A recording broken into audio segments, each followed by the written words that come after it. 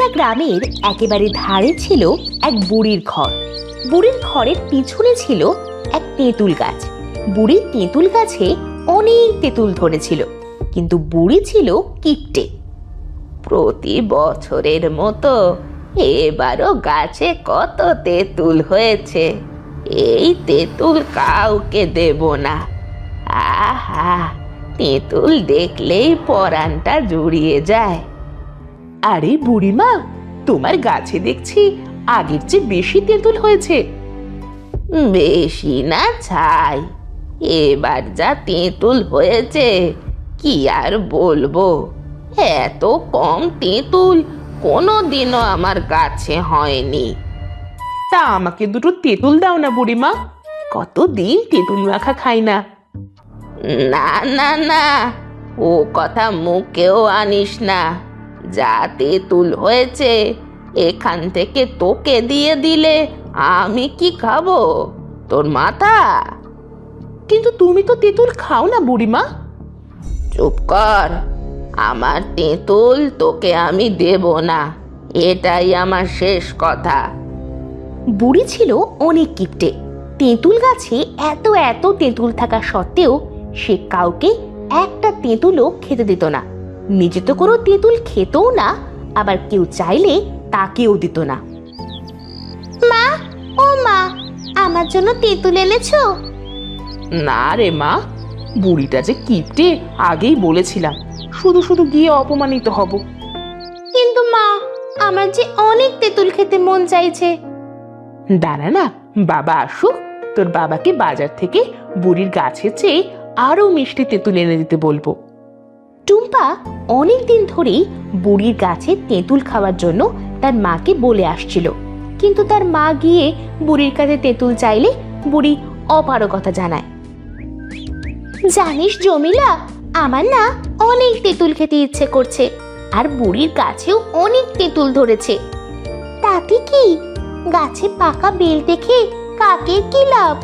বুড়ি তো আমাদের আর খেতে দিবে না, বুড়ি যা কিপটে। তবে আমি চাইলে চুরি করতে পারি। কিন্তু কি করে চুরি করবি? তুই তো গাছে উঠতে পারিস না, আর আমিও তো উঠতে পারি না। আমার জানা মতে নিশান গাছে উঠতে পারে। কিরে, তোরা আমার নামে কি বলছিস? জমিলা আর টুম্পা নিশানকে বুড়ির ডালের তেঁতুলের কথা বলে। চল চল, আর দেরি করছিস কিসের জন্য? আহা, তেঁতুলের কথা বললেই জিভে জল চলে আসে।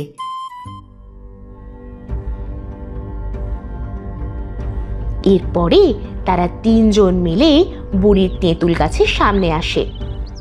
বুড়ির ডালে তেঁতুল ঝুলে, খাবো আজ মজা করে।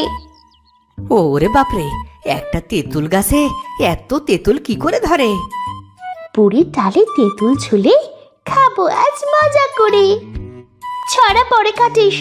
এই নিশান, তাড়াতাড়ি তেঁতুল পার। এত সুন্দর ঝলমলে তেঁতুল আমার যে আর তর্স হয়েছে না রে। এতই যখন বলছিস, তাহলে আমাকে কেন এনেছিস? তোরা একা একাই পেরে খেতি। টুম্পা, নিশান, নিজেদের মধ্যে ঝগড়া না করে তেঁতুল নিয়ে চল, বুড়িমা দেখে ফেললে আর উপায় নেই। বুড়ি তার ঘর থেকে ওদের কথা শুনে ফেলে। এই ভর দুপুর বেলা আমার তেঁতুল গাছের সামনে কে রে? কার এত বড় সাহস তেঁতুল গাছ থেকে তেঁতুল চুরি করছে? দাঁড়া দাঁড়া পাজির দল, তোদের একদিন কি আমার একদিন। বুড়িমা একটা লাঠি নিয়ে তাদের কাছে আসতে থাকে। এদিকে তারা সবাই তেঁতুল নিয়ে দৌড় দেয়। দাঁড়া দাঁড়া বলছি, আজ তোদের একদিন কি আমার একদিন। ধরতে পারলে পিঠের চাল তুলে নেব। বুড়ির ডালে তেঁতুল ঝুলে, খাবো আজ মজা করে। দাঁড়া, একটুখানি দাঁড়া, আমার গাছে তেঁতুল তোকে খাওয়াচ্ছি। ওরা তিনজন যখন দৌড়ে পালিয়ে যাচ্ছিল, বুড়িও তাদের পিছু পিছু লাঠি নিয়ে তাড়া করতে থাকে। এদিকে বুড়ির ঘরের এক কোণা থেকে একটা চোর বলে, বুড়ির ডালে তেঁতুল ঝোলে, খাবো আমি আজ মজা করে। যাই, বুড়ি তো নেই, এই ফাঁকে তেঁতুলগুলো পেরে নিয়ে যায়, বুড়ির ডালে তেঁতুল ঝোলে খাবো আমি মজা করে। বুড়ি যখন ওদের তিনজনকে তাড়া করছিল, এই ফাঁকে বাড়ি খালি পেয়ে চোর বেটা বুড়ির গাছে তেঁতুল পাড়তে থাকে, তারপরে বস্তায় ভরে নিয়ে যেতে থাকে। বুড়ির ডালে তেঁতুল ঝোলে খাবো আমি মজা করে। ওদিকে বুড়ি ওদের ধরতে না পেরে হাঁপিয়ে ওঠে। পারলাম না তোদের ধরতে, তাতে কি হয়েছে?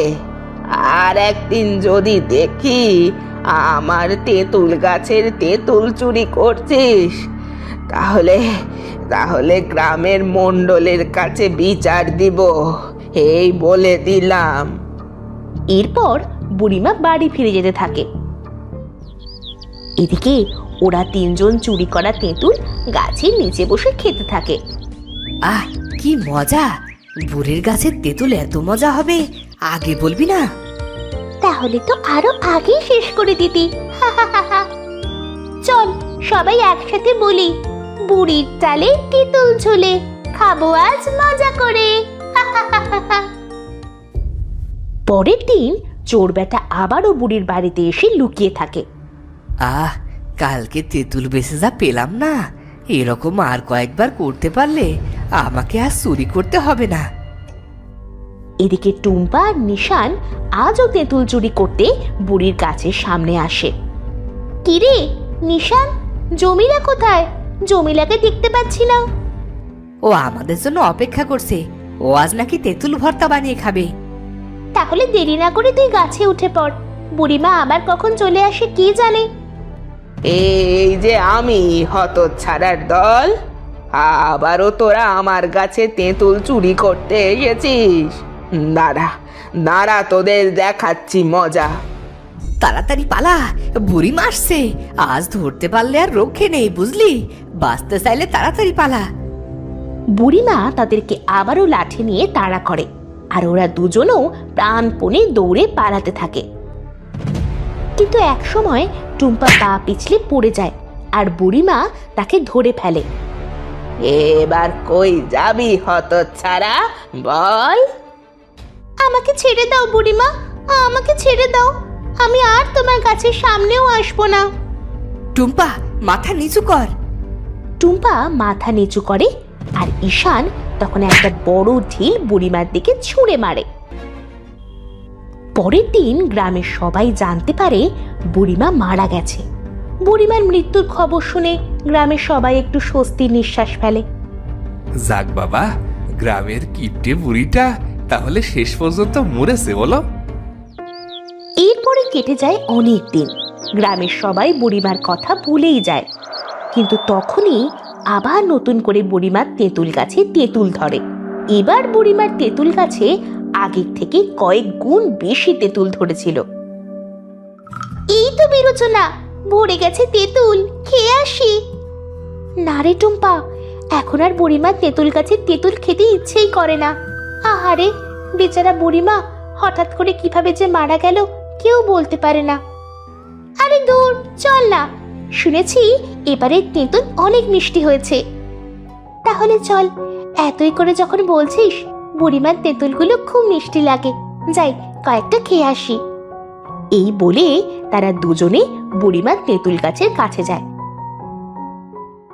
তারা গিয়ে দেখে বুড়িমার তেঁতুল গাছে এবার আগের চাইতে অনেক বেশি তেঁতুল হয়েছে। বুড়ির ডালে তেঁতুল ঝোলে খাবো এখন মজা করে। হ্যাঁ হ্যাঁ, খাবি তো তেঁতুল, তা পারবে কি করে? তুই এখানে দাঁড়া, আমি লাঠি নিয়ে আসছি। জমিলা লাঠি আনতে চলে যায়, আর টুম্পা তেঁতুল গাছের সামনে দাঁড়িয়ে তেঁতুল দেখতে থাকে। এরে টুম্পা, তুই আবারও তেঁতুল চুরি করতে এসেছিস? কে কে কথা বলছে? কে? আমি রে, আমি তোদের কিপটে বুড়িমা, যে তোদের তেঁতুল খেতে দিত না। এখন আমাকে চিনতে পেরেছিস? বুড়িমা, বুড়িমা আমাকে মাফ করে দাও, আমি আর কখনোই তোমার গাছের তেঁতুল চুরি করব না। আমি তোমাকে মারিনি, দয়া করো বুড়িমা, আমাকে মেরো না। কি বলছিস এসব?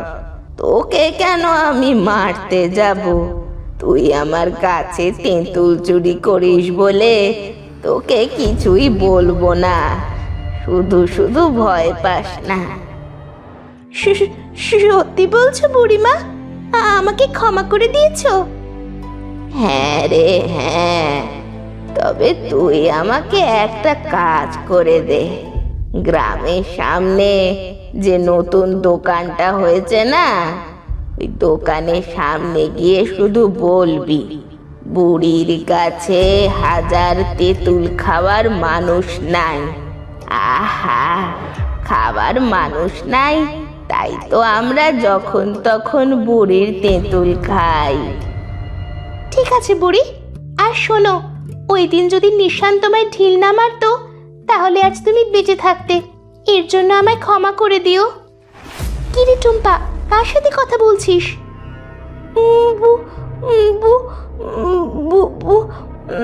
না, কই, কারোর সাথে তো কথা বলছি না। লাঠি এনেছিস? না রে, লাঠি পাইনি। চল, কাল আবার আসবো। এরপরে জমিলা আর টুম্পা বাড়ি চলে যেতে থাকে। যাওয়ার পথে টুম্পা দেখতে পায় গ্রামের ধারে সেই নতুন দোকানটি। তুই দাঁড়া, আমি একটু দোকান থেকে আসছি। এই বলে টুম্পা দোকানের সামনে যায়।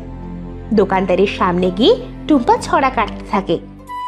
বুড়ির কাছে 1000 তেঁতুল খাওয়ার মানুষ নাই। আহা, খাওয়ার মানুষ নাই, তাই তো আমরা যখন তখন বুড়ির তেঁতুল খাই। আহা, বুড়ির তেঁতুল খাই। এবারও বুঝি বুড়ির গাছে তেঁতুল হয়েছে, গিয়ে তো একবার দেখতেই হয়। তবে রাতে যাব, না হলে মানুষ যে দেখে ফেলবে।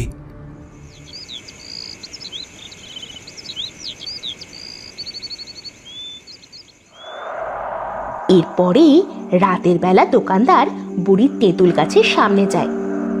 ওরে বাপরে, এবার দেখছি বুড়ির তেঁতুল গাছে অনেক তেঁতুল হয়েছে, সবগুলো পেরে বিক্রি করতে হবে যে। এমন সময় দোকানদারের সামনে তেঁতুল গাছ থেকে বুড়ি নেমে আসে। কি রে দোকানদার, আমাকে চিনতে পেরেছিস? কি বুড়িমা, তুমি কোথা থেকে আসলে? তুমি তো মরে গিয়েছিলে। হ্যাঁ রে হ্যাঁ, ওই দিন আমার মাথায় ঢিল লাগলে আমি বাড়ি ফিরে আসি, আর এসে দেখতে পাই তুই আমার কাছে তেঁতুল চুরি করছিস। আর তখনই তুই আমার মাথায় লাঠি দিয়ে আঘাত করলে আমি মারা যাই। কি হয়েছে তো? আমাকে ছেড়ে দাও বুড়িমা, আমার ভুল হয়ে গেছে। আমি আমি তোমার কাছে ক্ষমা চাচ্ছি। আমি আর কখনো কারো কোনো ক্ষতি করব না। দয়া করে বুড়িমা, দয়া করো। দয়া তো তোকে করবই। এ কথা শুনে দোকানদার দৌড়ে পালাতে চেষ্টা করে, কিন্তু বুড়িমা তাকে ধরে বেদম পেটায়।